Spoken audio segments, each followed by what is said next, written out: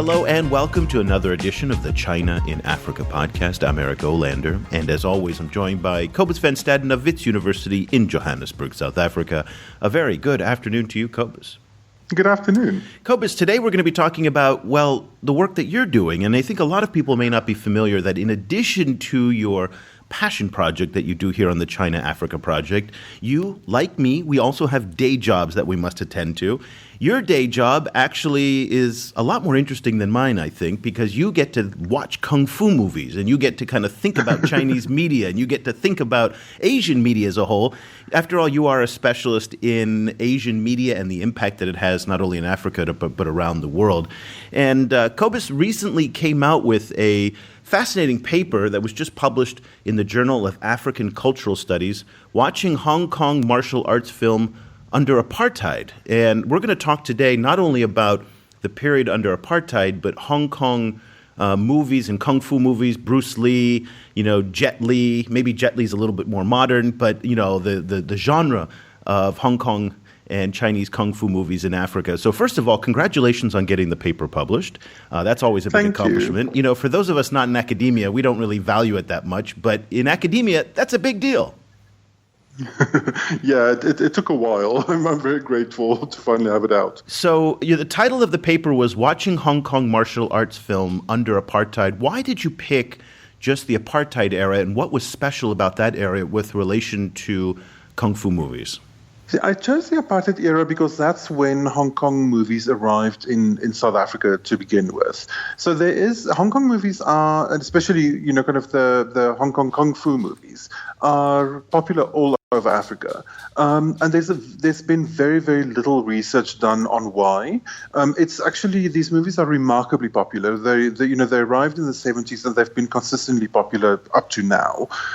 So I spoke with people who run cable TV, big cable TV expansion in Africa, and they told me that even now, it is difficult to launch a new cable TV package in an African country if you don't include one dedicated kung fu channel. So, they remain amazingly popular. I chose apartheid because it was simultaneously this kind of crazy time in South Africa, but it was also a moment where when these movies actually first arrived in South Africa. Well, before we get to the modern era, which I do want to talk about, let's talk about the apartheid era. First, for those of people in our audience, because now apartheid, it's a long time ago. I mean, you may remember it from your childhood, but we're getting now to, it ended, correct me if I'm wrong, around 1990, 1991 with the freeing of Nelson Mandela and the kind of F.W. de Klerk, who was the former, I think he was the president at the time. He ended apartheid. Give us a little bit of background about what was apartheid and when did it end, and then we can kind of slot in the Hong Kong kung fu kind of theme into that.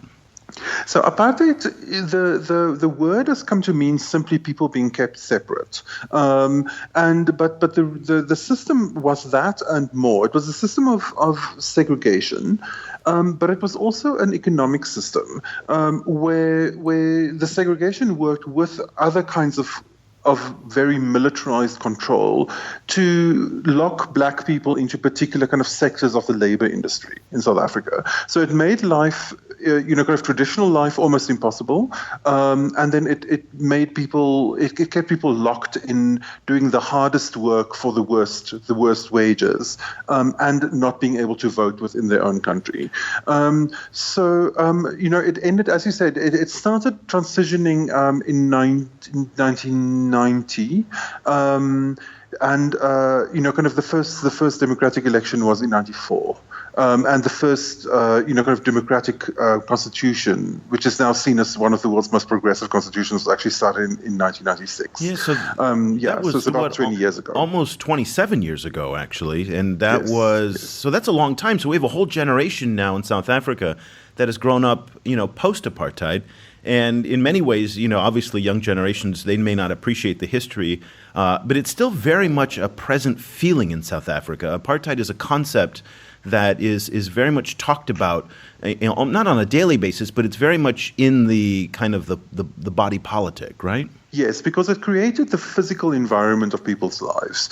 So people now, kind of have to still get up at like 3 in the morning to be able to make it to work at 5, kind of 5 in the morning in the inner city, because they are still living in places where their parents were dumped by the apartheid government. So it completely shaped the physical environment of South Africa, which means it keeps shaping the daily lives of people, even though the system itself has officially ended. Okay, well, now let's take this, this phenomena of Hong Kong kung fu movies. And for those who are not familiar, Hong Kong for a long time was one of the 3 pillars or 4 pillars of the global movie industry. Obviously, there's Hollywood. Everybody knows about Hollywood.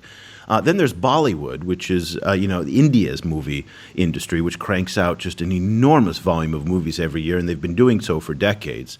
Then there's Nollywood, which is obviously Nigeria's movie industry, and Hong Kong. Hong Kong, for a long time in Asia, especially North Asia, was the center. And what they did better than almost anybody else, were 2 types of, well, there's maybe 3 or 4, but we'll focus on 2. One was the Kung Fu, and that was most celebrated by Bruce Lee, who everybody kind of knows from the 70s as, he really kind of brought it to a whole new level. But then there are also these crime genres that were also very popular, and then the traditional Chinese soap operas from the ancient period and whatnot. All of that was being done by companies like ATV and TVB in Hong Kong. But of all of the different genres, Kung Fu had the international appeal, whether it's in the United States, whether it's in Africa, all over the world. What was it about the Kung Fu genre in the apartheid era that people latched onto for entertainment? To get to that, you need to go back a little bit. So there's 2 things you need to keep in mind about movie watching under apartheid. One was that censorship was crazy. So the whole country was censored a lot, and then black people were censored particularly. So there was actually what's called differential censorship systems, where black audiences, like conveniently, kind of isolated by segregation. Then there were certain things that white audiences could watch that black audiences could not. And there were all of these anxieties coming from British colonialism that black audiences were particularly susceptible to violent content, and therefore they needed to be doubly censored. So that was the one issue. So kind of black audiences suffered under censorship more than other audiences in South Africa. In the second place, South Africa has always been an Anglophone country, kind of like after the end of Dutch colonialism. So because it was part of the empire, it was also then became part of the kind of American sphere of influence. And so there was a lot of Hollywood movies just flowing into South Africa. And South African movie exhibition and distribution was essentially set up to funnel Hollywood movies into South Africa, to the extent that both 20th Century Fox and MGM owned local distribution chains in South Africa, which they then later sold off to apartheid companies. So so there was this double thing where there was a lot of censorship, and then a lot of Hollywood movies flowed in. So which means a lot of westerns. So all of these violent westerns were being watched here, even though at the same time there was supposed to be this kind of differential censorship. So it's this kind of interesting historical puzzle about why that was allowed.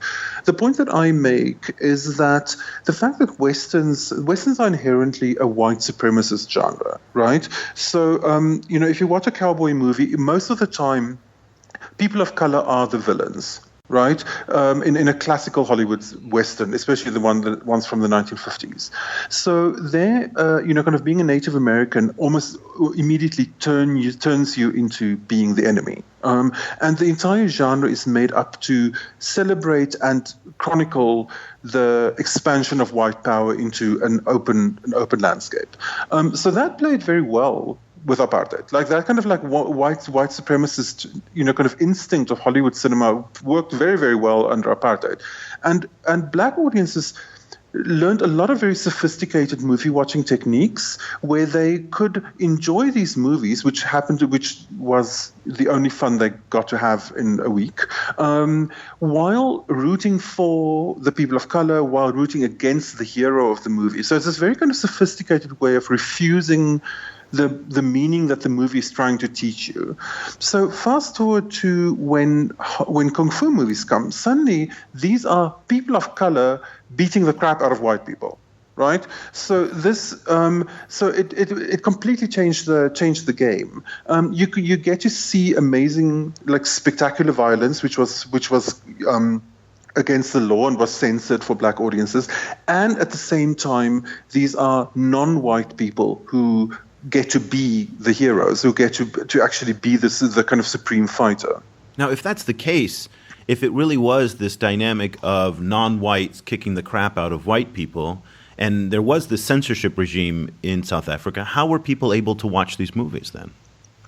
Well, the censorship regime started breaking down or started changing shape rather in the late 70s. What you see is a few things. In the first place, there was increasing.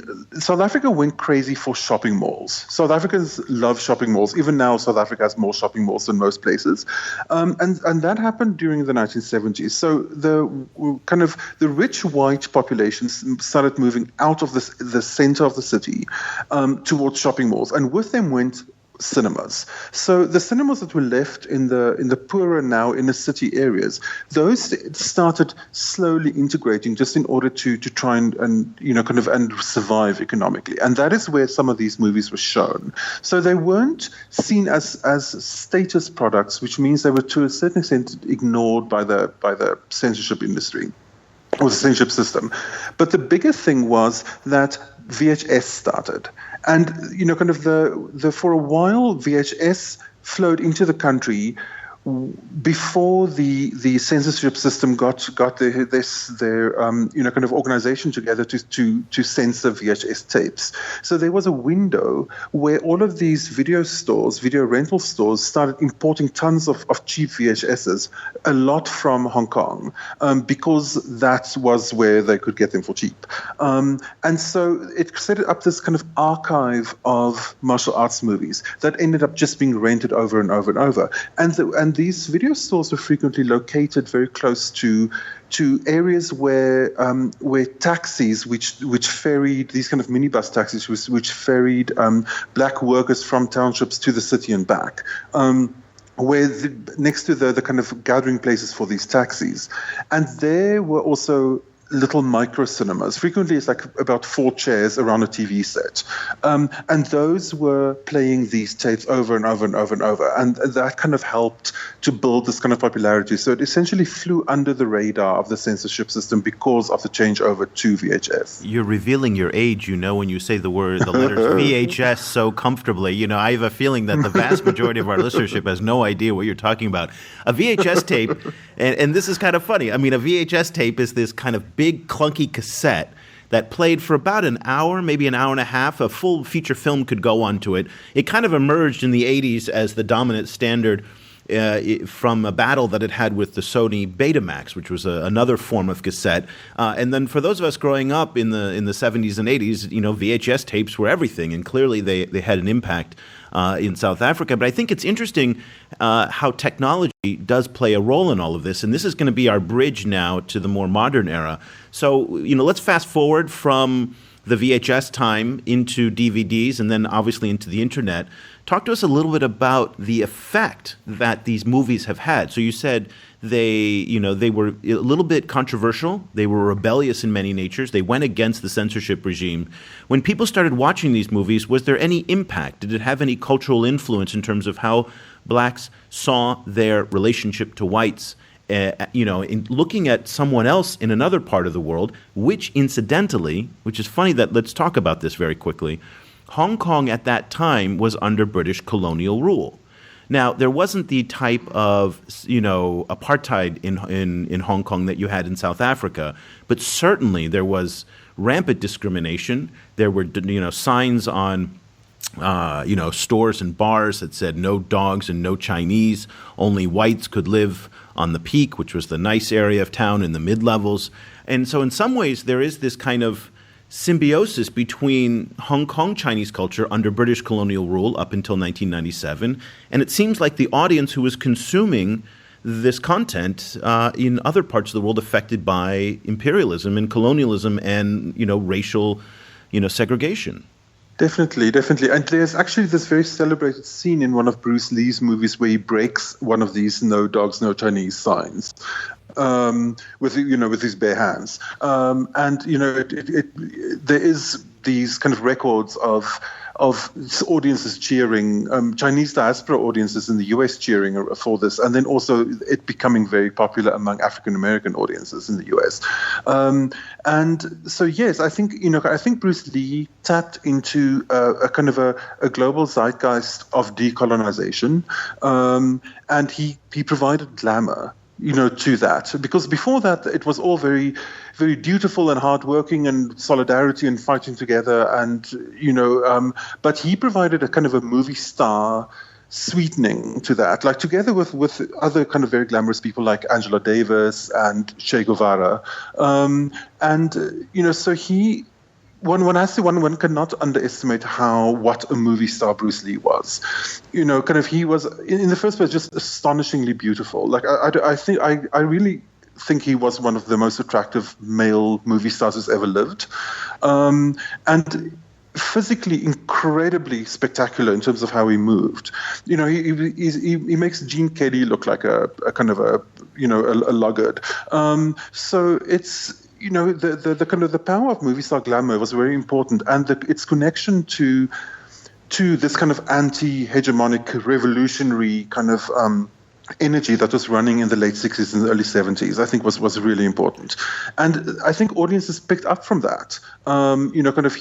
They responded to him, and that kind of established the genre in the whole of Africa. It's interesting because when I watch a kung fu movie, even the contemporary ones, one of the reasons why I think they're still so popular all over the world is they remind me a little bit of the telenovelas in South America, and even some of the Indian television dramas, that they defy culture. That you can watch a kung fu movie and you can be from any part in the world and you can just love the fighting. They're short narratives. They have a very kind of simple narrative arc. There's a good guy and a bad guy. The bad guy undermines the good guy fights back, the good guy wins. Very simple story. And that's, again, consistent with what we see in South America with the popularity of telenovelas, which are also seen around the world. And here in Vietnam, interestingly enough, Indian dramas from ZTV and the like are also incredibly popular. And I think that's in part because you create stories which defy culture, and they can spread very, very quickly. And certainly Kung Fu is part of that. Bring us up to the contemporary era now. In many ways, South Africa is a cultural trendsetter for at least the southern part of Africa. So what happens in Johannesburg tends to kind of migrate out culturally to other parts of Africa. Did you, in your research, come across the spread of Hong Kong kung fu movies in other parts of Africa, both in the earlier eras but also today?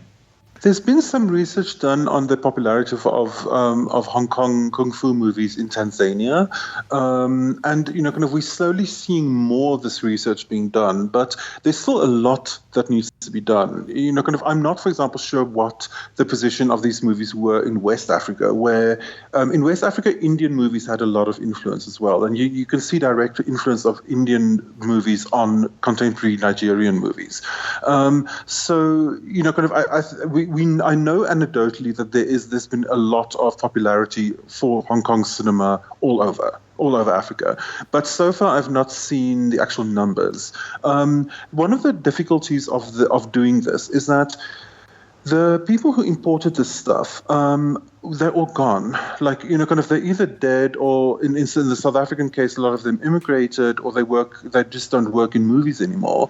And so so it took a lot of investigation to try and find these people. I finally tracked down the one person who, some people told me he was the first person to start importing them. And it turned out that he died in this plane crash, which was one of the key kind of controversies and mysteries of late apartheid era, where this plane that was ferrying weapons, in this case from Taipei to South Africa, that had a cache of hidden weapons in the hold, blew up. And went down, and he happened to be on that plane, which is insane. And so so this research is really difficult to do. But I think it is very important. I think it's important also for us, because one of the important things about this is that So if you think about watching a Western, right? You watch a Western, there's the shootout, there's the good guy, the bad guy. All of that, the morality of the Western takes place against the background of the American West, right? Kind of it takes place against the background of the United States.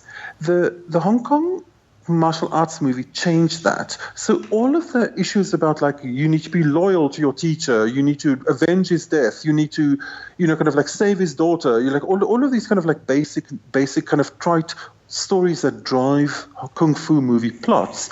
Those are all located in China. So China provides the background, it provides the kind of moral weight, it provides the context of all of this stuff. So kung fu movies gives us this very interesting kind of flip over of 20th century pop culture globally being dominated by the West towards a 21st century pop culture, which is where all of the meaning comes from a non-Western country, and particularly from China. So I think that, kind of that makes them really historically really important. Well, it's interesting. So let's now look forward. We're in a new era of global entertainment.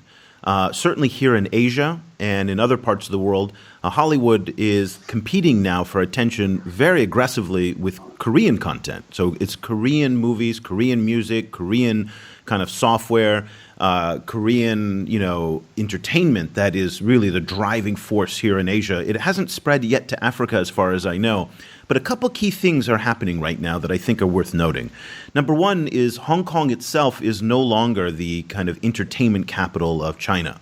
That now belongs to Shanghai, and it also belongs to a man who runs a group called Wanda Group. Wanda, for those of you who are not familiar, he's the wealthiest, I forget his name, it's escaping me right now, and it's kind of embarrassing because I was supposed to go work for him, but he, which I chose not to, but maybe because I keep forgetting his name.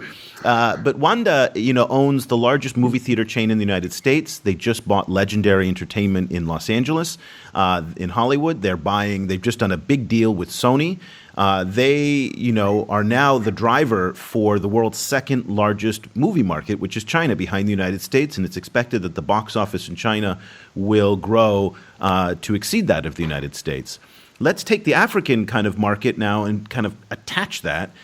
You see StarTimes, which is the digital TV operator, and they are now pumping in more Chinese content, Chinese entertainment.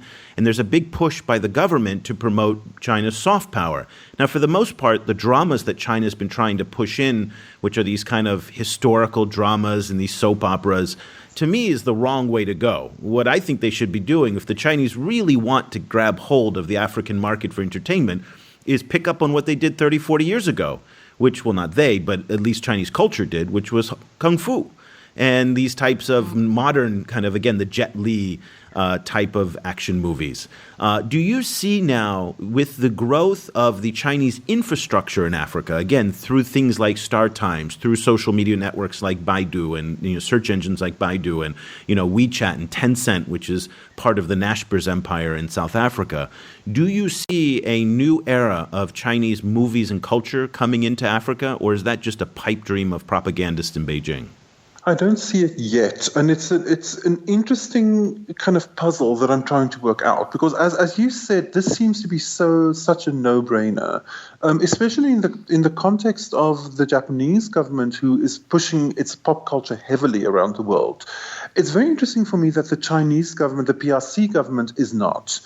So the Chinese embassies are doing some kung fu demonstrations. There's been these kind of like acrobatic kung fu, live action kung fu shows have been brought in, some with, which seems to me, with some kind of state support. But so far, we've not seen the pushing of the movies themselves. Part of it might be that one of the problems that I saw that some of my other research is about the way that the Japanese do this stuff. And one of the big problems was that Japanese diplomats just didn't know anything about media. They didn't know anything about all this animation that everyone was crazy about. So it took a bunch of consultants to actually to train the Japanese diplomats into actually knowing when they're talking about animation. So that might be one problem, that the diplomats and the embassies just simply have no idea about movies. The other problem might be that the Chinese government sees this stuff as trivial. Keep in mind that the media that they did push in Africa is very sober, 24-hour news. there's nothing exciting about CCTV news, So you know. boring. I mean, you know, they're very like they're explicitly and on purpose boring, you know. So they're trying to look super serious and super responsible, and so being badly dubbed, kind of, and flying through the air and like, you know, kind of fighting with, you know, kind of hopping vampires and demons, and that's not the kind of image they want to project. So it might be that they're trying that might come later. But it might also be that the PRC government is just in that space at the moment where they just can't show any kind of sense of humor. Which is really too bad, because the Chinese filmmaking now has gotten so good. I mean, it is just mind-bogglingly good. I mean, the special effects, the stories, so much of it rival anything that comes out of Hollywood now. And that's in part because there's a massive domestic market now for it that actually can support it. It's not just the state back in the old days. You know, we're talking the 70s, 80s. The only people making movies in China was the Communist Party. And of course, they looked like driver's education movies. They were terrible. But today, that's a totally different story. So China actually has an opportunity for a soft power push. But I get the sense that I think you're right. The diplomacy is so conservative. The people are so ignorant who make the decisions about this soft power diplomacy that they stick to the kind of well-trodden path on this. The paper is watching Hong Kong martial arts film Under Apartheid. I would say to everybody, you should read this because it's fascinating, but because it's in the world of academia, which is this weird boneheaded world of publishing, most people can't actually get it, correct? I mean, you have to subscribe to a very expensive academic journal in order to read this stuff. Is that correct? Yes. At the moment, it is like that, although we're in talks at the moment to get it more freely available. So I will let everyone know kind of once it becomes more freely available. Okay, before we go, what is your favorite Hong Kong kung fu movie from the 70s and 80s? Enter the Dragon. It's amazing. There you go. It's a boring choice, but it's so amazing. Among others, because it also features, except for Bruce Lee, it also features Jim Kelly, who was this kind of like African American athlete, massive afro, incredibly handsome, and also, you know, kind of almost as good at kung fu, because who else can be as good at kung fu as Bruce Lee? But, you know, kind of like, you know, on par with Bruce Lee. It's a crazy movie. It's just like the 70s exploded. It's completely lurid and insane. So it's if you fun to watch. enjoy looking at sculpted men as much as Kobus does, then these are the movies for you. So Kobus, congratulations again on the paper. It was an excellent read. It's absolutely fascinating, a very different aspect of the China-Africa relationship, and one that is underexplored, and hopefully we'll come back to it again as you continue to do more research on this. We'll be back again very soon with another edition of the China in Africa podcast. For Kobus Van Staden, I'm Eric Olander. Thank you so much for listening. The show may be over, but the conversation isn't. Eric and Kobus are continuing the discussion on Facebook. Head to facebook.com/China Africa Project, where they're updating the newsfeed every 4 hours. Also, africachina.info is where the guys answer some of the toughest, most sensitive, even politically incorrect questions on all things related to the Chinese in Africa. That's africachina.info. And if you've got a China-Africa question that you've always wanted to know more about, just hit up Eric and Kobus by email. The address is questions@ChinaAfricaProject.com.